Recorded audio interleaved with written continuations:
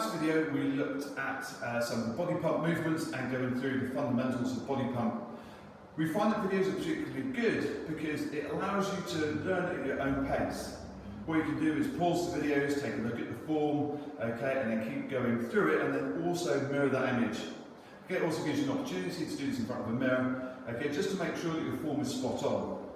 Now today we're going to look at another piece of equipment. So instead of the barbell, we're going to look at the kettlebell. So it's a very effective functional tool. Functional just means it's a really good movement that we replicate day to day. We're going to recruit the muscles that we're going to use in our day-to-day lives and ones that we'll feel a massive benefit for. And one of the things that I see an awful lot in the gym, okay, is the kettlebell swing. It's also one of the movements that we do, that I see done ever so slightly wrong. Now, we are looking to generate power in the kettlebell swing. So a good way to do this, okay, to reduce injury, to get used to it, is to not even look at the kettlebell first. Is to get used to using the right patterns and using the right muscles. So what we're going to do is we're going to take our feet ever so slightly outside of our hips. We're going to put our hand over hand. We're going to stick our butts back. Okay, knees don't track forward, but there's a slight bend. We're going to drive through the heels, stand, and then bring our hands in line with the shoulders. So pop up. Now the big habit that we see here is that people stand, pause, rise, almost turning this into two movements. Now, I'm trying to make this very functional, okay, and I want this to be one smooth movement. So, tip at the hip, bring your shoulders and chest forwards, keeping your spine in line, hands, and then we snap through the hip and bring the hands up. Now, if it helps, we'll just do this from side on. So, hand over hand, we come through, snap at the hip, and come up. Now, one of the things we also see done wrong is people try to turn this into a squat. So, as we, instead of just folding in the hips slightly, what we see is a squat down and come through, a squat down and come through. Okay, this isn't the correct pattern, and we're not going to recruit the muscles that we want. Now, the main muscles that are worked in this movement are our glutes, hamstrings in the back of the thigh, okay, and our core and abdominals. Okay, so really focus on those movements. As the kettlebell comes down, we should be tensing those tummy muscles really tight by drawing belly button into the lower spine. Now when we pick up the kettlebell, okay, obviously there's a weight now, so you can feel this. This weight we can use help us through the movement. Now, lots of people can come too far down, allowing their chest to point towards the floor. Again, this isn't really what we're looking to do. So just start up nice and straight, push your bum backwards, wrists line, okay, on the inside of your thigh. Now if your wrists drop any lower, okay, then your form's slightly off. Just concentrate here. Now just remember, we're looking to generate power. If you can't get that kettlebell up, okay, without coming really far down, there is a possibility that the kettlebell that you're using is a little bit too heavy. So drop the weight, remembering again, it's all about form. So we dip the hip, okay, we stand, and we really pop that hip up, and bring the kettlebell in line with the shoulder.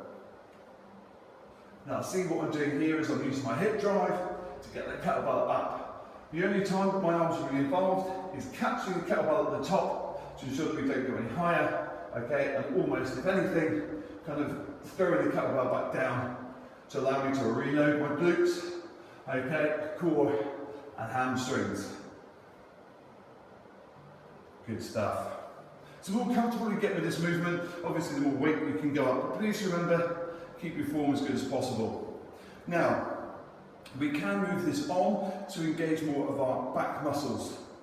How we do this is we take the kettlebell up slightly. Now I always recommend, if you're new to kettlebells, please start off with the kettlebell going no higher than the shoulder.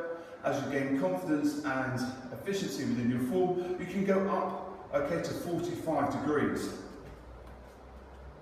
So we come down, we snap, and then we take the kettlebell up to 45 degrees. Now you'll find, as you catch that kettlebell at the top, your back muscles will engage, and we bring in a few more muscles into the movement. Great stuff. Now, and there's lots of kettlebell movements, especially on this one, where we go straight into the vertical path. However, I wouldn't recommend this for a beginner, simply because as we come up and we take that kettlebell into the very high vertical position, we do put a strain on our shoulders. No, it's not a bad strain, however, it's one that you might be a little bit uncomfortable with being a beginner. So please just stick with the shoulder height and just the 45. Now, if you need any more assistance on the kettlebell swing, feel free to come into the gym and one of our instructors will be able to take you through a really efficient kettlebell workout. Now, another variation of this is the single arm. Now, as you can imagine, we're going to put a little bit more pressure on one side. So this time, instead of the kettlebell being in the middle, as we would in the normal swing, the kettlebell this time is going to favour the side of the arm that goes through the swing. Now, there's big questions about where do you put your other hand. Now, it's a very individual thing. You can place it on your hip, you can place it on your core to feel that your core muscles are engaging, or some people even prefer to place it on the back. Me personally, on the core muscles, so I can really make sure and use my fingertips to feel when my core is engaging. Now, if I don't feel those muscles tighten, then I know I need to squeeze my abdominals that little bit tighter to ensure that I get the correct engagement. So, same again, we dip down by pushing the hips back, we stand, and we come up. It's really important with that snap of the hip. Now, it's really good, and you can tell when your hips are fully open, because again, you can squeeze your butt muscles real tight. So I do recommend as you get to the top, give that butt a good squeeze, and at the same time, you know we're getting an awesome all-over workout. So just from the side, we come here, and we come up. Again, as you can see, I've got a snap in the hip, okay, and what I'm not doing is kind of almost like up, up, allowing the kettlebell to drop here. If you ever see the bottom of the kettlebell drop down, we know that we've not created enough force to bring that kettlebell up.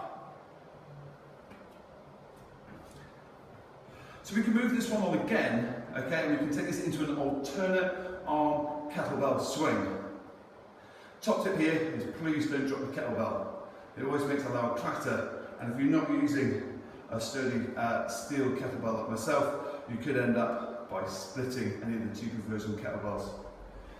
So, single arm start, so we swing and we swap hands always at the top. Now what you'll notice here is that there's always one hand in contact with the kettlebell all the time. So we're still focusing on the movement here. Hips go back, chest stays up, knees don't track forward, and we come up. And you change the hands over. Now this is great at getting our body used to really concentrate, and it also means that you really have to get that hip drive in. Because if you don't get the hip drive in, you kind of almost try a very clumsy way of the handover. So just remember, concentrate on that real aggressive hip drive. Now we're going to have a look at a bit more of the lower legs, the lower limbs, okay, bringing into the legs a little bit more into this. Now the lunge is a fantastic movement. It brings in a lot of core, okay, and also glutes, hamstrings and your quads. There's lots of different ways that people can do the lunge, and there's again lots of ways that I see this which is slightly off. You just need to remember that both knees need to be at 90 degrees, and the focus of your weight needs to be in your front heel. So we place the kettlebell in our left hand here. I'm going to step forward in my right foot and allow my left knee to drop down, like so. Now again on your hand, some people like to place the hand on their hip, okay, to ensure that the chest stays up, and again, meaning that our abdominals can stay nice and tight. And just remember, the kettlebell always stays in the hand, opposite to the leg that goes forward. So just from the side, just going to come through. I mean, this is like good position. I don't ever really let the knee bang off the floor. Just try to keep it that inch, just ensure we keep that tension. Chest is up, my abdominals are tight. I've got two 90-degree angles. I step up, pushing away, and we come forward. Now, if you've done 10 on one leg, I'd always recommend you do 10 on the other. Brilliant stuff. So that's the teaching points for the kettlebell lunge. There's another really, really good exercise for our legs, and that's the goblet squat. So place the kettlebell in your hands against your chest. Take your heels outside of your hips, toes approximately 45 degrees out. Hips go back and down, chest stays up. Legs go to 90 degrees, so they're parallel with the floor. So just from the side so you can see this a little bit better, you can see that my knees track my second and third toe, My knees also slightly go forward as I come back. So I'm keeping my chest up, my abdominals really tight. You also want to press onto the outside of your feet, making sure that your knees don't roll in. Because if your knees start to roll in, you're going to put pressure on the ligaments on the inside of your knees. So please, press those knees out, keep your chest up, nice and proud. So imagine you've got that chair in behind you and you've got to touch your bum on the chair. Good stuff. Now for the last movement is the kettlebell clean. One of the most functional movements we can do or use with the kettlebell.